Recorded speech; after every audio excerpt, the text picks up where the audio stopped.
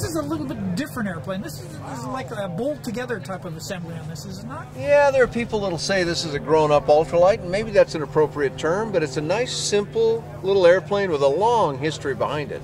This one actually, can't tell it anymore, but this started out as an airplane long ago called a weed hopper, and grew slowly over many design iterations into what you see today, an Indian-built airplane, and brought into the United States by this X-Air group located in Washington State.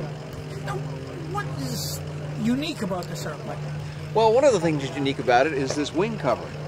This is kind of a sailboat cloth. This is not metal, this is not carbon fiber, it's not dope and fabric like on so many airplanes. This is a flexible cloth, but the beauty of this is it doesn't need to be painted. So you don't have the weight of paint, which is very significant on many airplanes. And power on this one? This one uses a Jabiru engine, the 2200 Jabiru, which makes it a 4-cylinder engine, produces 80 horsepower, 4-stroke engine, and just makes this little airplane fly really nicely. And control system on it? Control system's made up of a dual yoke system, nicely finished in some wood accent. Each side has full dual controls, and centerline trim and throttle up on the in the center as well.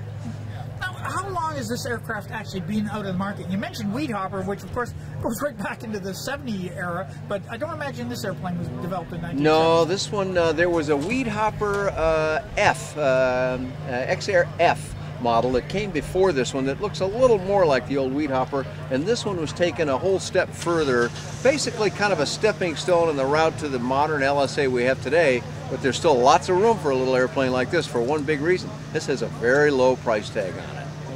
Now, where's the aircraft actually built?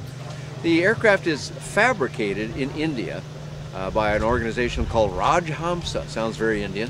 But brought into Washington where they do all the final assembly, and then they fit all of the avionics and fit up the engine and do some of the work that really creates this into the special light sport aircraft it is today. So they Americanize it when they bring it over then? Sure they do. Well, a lot of this is probably American source. It's not an uncommon quality in this class of airplanes. They may be coming from another country far away, but in many cases what we call domestic content could be anywhere from 25 to 50% of the airplane, meaning a lot of it comes from right here in the USA.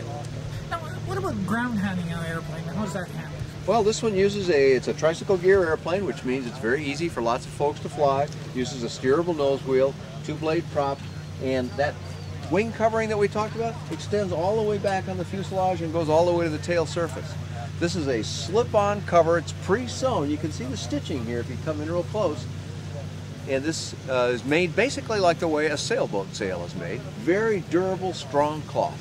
But somebody get some more information on the airplane now.